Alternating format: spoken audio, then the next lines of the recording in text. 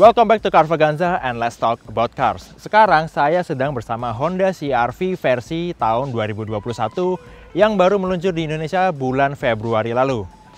Kalau secara tampilan mungkin nggak banyak yang berubah dari penampilan atau desain eksterior Honda CR-V ini. Kalau di bagian depan kita bisa lihat spoiler depan dengan intake dengan desain yang berbeda, yang lebih modern, lebih dinamis, serta bagian grill sekarang terlihat ada sebuah sensor atau radar yang merupakan pendukung dari rangkaian fitur baru dan teknologi pendukung yang disajikan untuk SUV andalan dari Honda ini. Nah, kebetulan sekarang cuaca di Jakarta lagi lumayan panas, tapi sebelum kita masuk ke mobil, kita nyalain dulu mesinnya dari luar. Siapa tahu biar di dalam udah langsung dingin karena AC-nya udah nyala. Nah, yang barusan itu namanya remote engine start, jadi kita sekarang bisa nyalain mesin sebelum kita masuk ke mobil dari luar. Kalau misalnya kita mau manasin mesin atau mau bikin kabinnya lebih dingin sebelum kita mulai berkendara. Sekarang kita masuk ke dalamnya ya.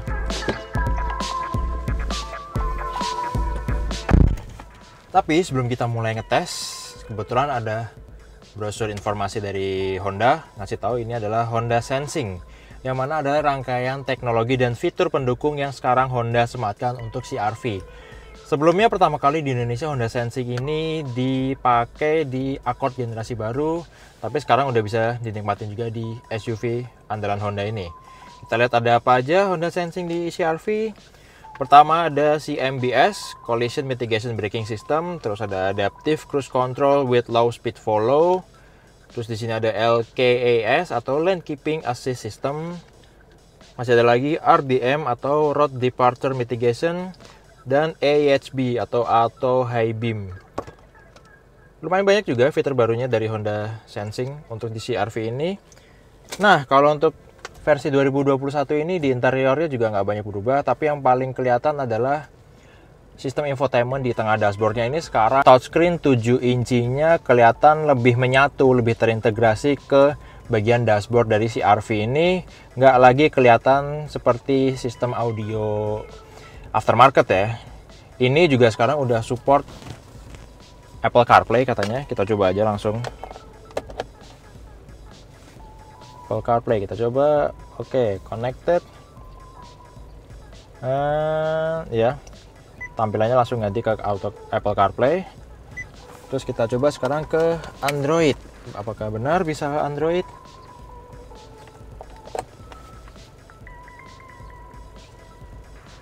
Ya, langsung connect.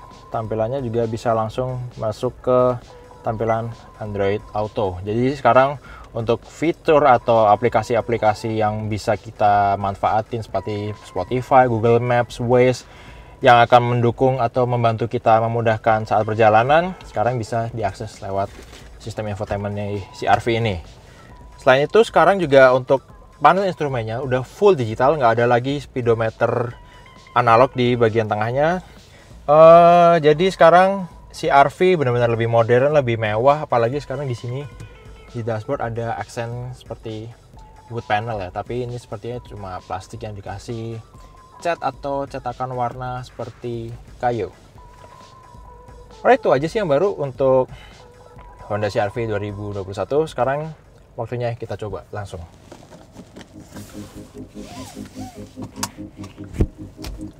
Let's go.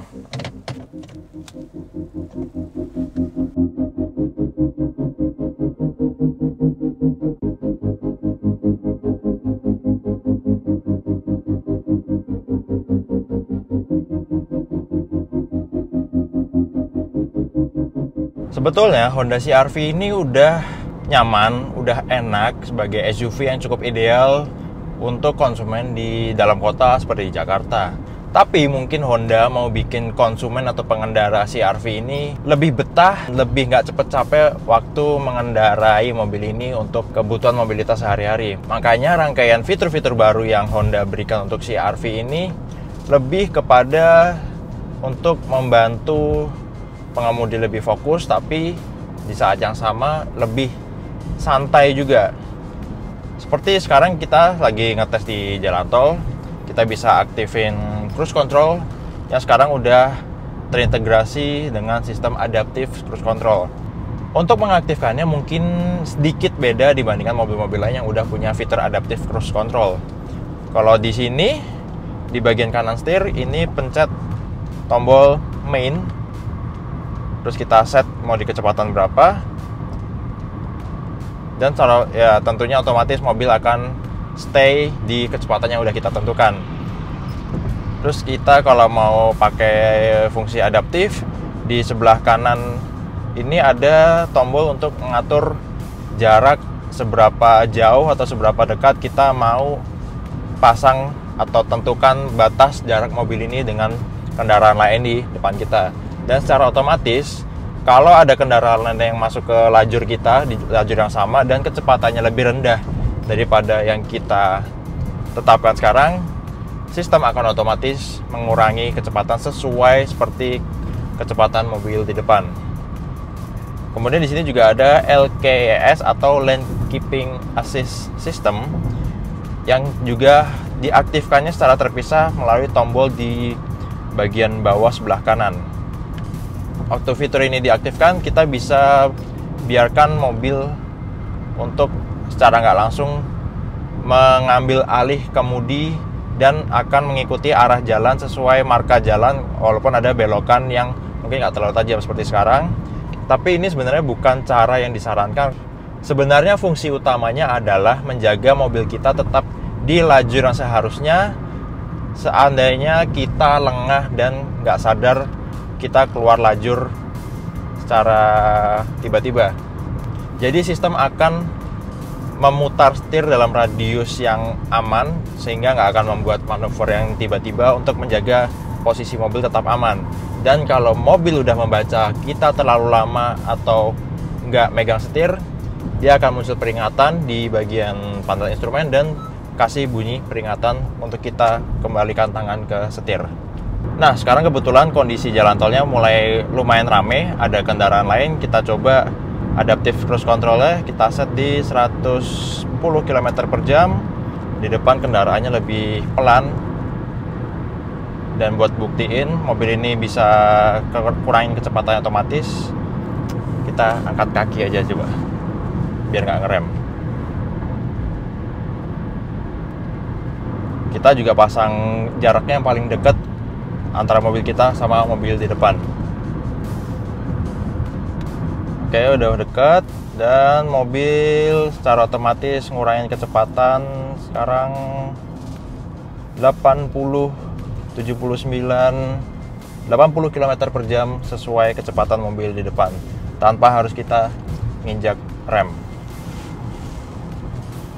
Dan fitur ini sebenarnya mirip juga seperti satu fitur lainnya, yaitu CBMS alias Collision Brake Mitigation System. Jadi kalau kita terlalu kencang atau lupa ngerem sementara di depan kita ada kendaraan lain yang semakin dekat, sistem akan memberikan peringatan di bagian panel instrumen seperti ini. Ada tanda peringatan, terus ada suara peringatan juga. Dan kalau misalnya kita nggak ngerespon dari suara peringatan itu, sistem akan override dan melakukan pengereman secara otomatis, mengurangi kecepatan mobil kita dan menjaga jarak agar tidak terjadi tabrakan dari belakang dengan mobil di depan. Yang menarik dari CR-V versi 2021 ini, kalau umumnya cruise control itu dipakai atau umumnya lebih cocok dipakai di jalan tol atau jalan keluar kota yang kita bisa pakai kecepatan konstan di atas 50, 60 sampai 100 km per jam mungkin. Nah, di CR-V ini sekarang cruise control bisa dipakai di kecepatan rendah. Di sini kita bisa aktifin di kecepatan 30 km per jam paling minimal, dan kita bisa nikmatin nyetir santai di tengah lalu lintas dalam kota. Dan menariknya, kalau kita berada di tengah jalanan yang padat dan agak tersendat, dia juga bisa secara otomatis menyesuaikan kecepatan seperti memang ini adaptive cruise control, jadi dia akan menyesuaikan kecepatan seperti di kendaraan depan kita. Jadi walaupun sepelan apapun, mobil akan bisa menyesuaikan bahkan sampai berhenti. Dan kalau ada yang penasaran bagaimana cara kerjanya RDM atau Road Departure Mitigation, sebenarnya fitur ini operasionalnya bersinergi atau terintegrasi sama LKAS atau Lane Keeping Assist System. Jadi fitur ini merupakan radar atau sensor yang akan membaca marka jalan dan mendeteksi kemungkinan kita keluar lajur secara tidak sadar atau tanpa ada input dari setir. Jadi sebenarnya ini fitur atau sistem yang menjadi kesatuan dengan Lane Keeping Assist System. Sementara untuk auto headlamp, kita juga nggak bisa buktikan atau ngetes fitur ini waktu kondisi lagi terang atau lagi pagi. Jadi fitur ini bekerja dengan memberikan pancaran pencahayaan yang maksimal waktu nggak ada kendaraan lain terbaca di depan kita. Dan kalau seandainya ada kendaraan lain di depan kita, baik itu dengan arah yang sama atau dari berlawanan arah, dia akan secara otomatis meredupkan pencahayaan, jadi nggak mengganggu pengendara lain di sekitar kita.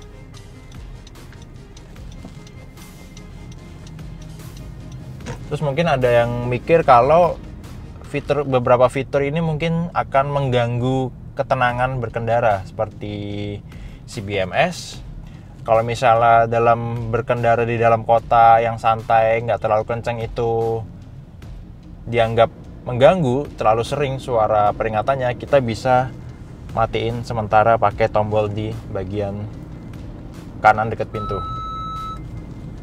Nah, jadi sedekat apapun kita dengan kendaraan di depan, fitur ini nggak akan beri peringatan lagi yang kemungkinan akan mengganggu kenyamanan perjalanan kita. Jadi tadi kita udah nyobain fitur-fitur baru dari New Honda CR-V edisi 2021. Tapi gimana soal pengendaraan dari mobil ini?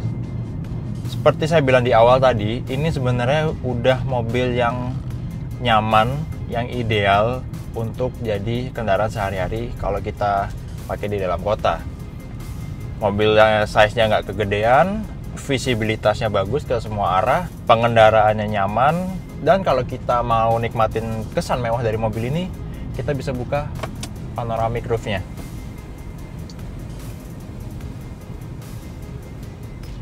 Tapi emang kalau untuk orang yang nyari performa kencang, mungkin ini bukan mobil yang paling kencang di kelasnya, karena mesin 1500 cc turbonya yang jadi andalan Honda sekarang di beberapa model baru lebih ke arah cukup lah, tapi bukan yang eksplosif outputnya, torsi dan tenaganya, karena cenderung ke ini emang mobil di setting atau dikembangin untuk jadi mobil yang nyaman sih. Tapi untuk dibawa ke luar kota, untuk dibawa kenceng ya juga sebenarnya bisa-bisa aja, walaupun bukan yang paling kenceng di antara mobil-mobil lainnya. Jadi CR-V yang baru ini edisi 2021 dengan berbagai fitur dan teknologi barunya mungkin bisa jadi kendaraan yang cocok untuk kaum mager yang nggak mau sering-sering pindah kaki dari pedal rem ke pedal gas, balik lagi sebaliknya di tengah kemacetan. Apalagi ada cruise control dengan low speed follow-nya. Ya seenggaknya bisa lebih santuy nyetir CR-V sekarang. Ya, jadi itu dia review fitur-fitur baru di Honda New CR-V edisi tahun 2021 yang semakin lengkap, semakin memanjakan pengemudi yang juga bisa bikin mager untuk nyetir. Kalau Anda suka video ini, silahkan klik tombol like. Kalau ada yang ingin sampaikan, tulis di kolom komen. Jangan lupa juga untuk subscribe ke channel Carvaganza. Tunggu video-video Carvaganza lainnya, and let's talk about cars.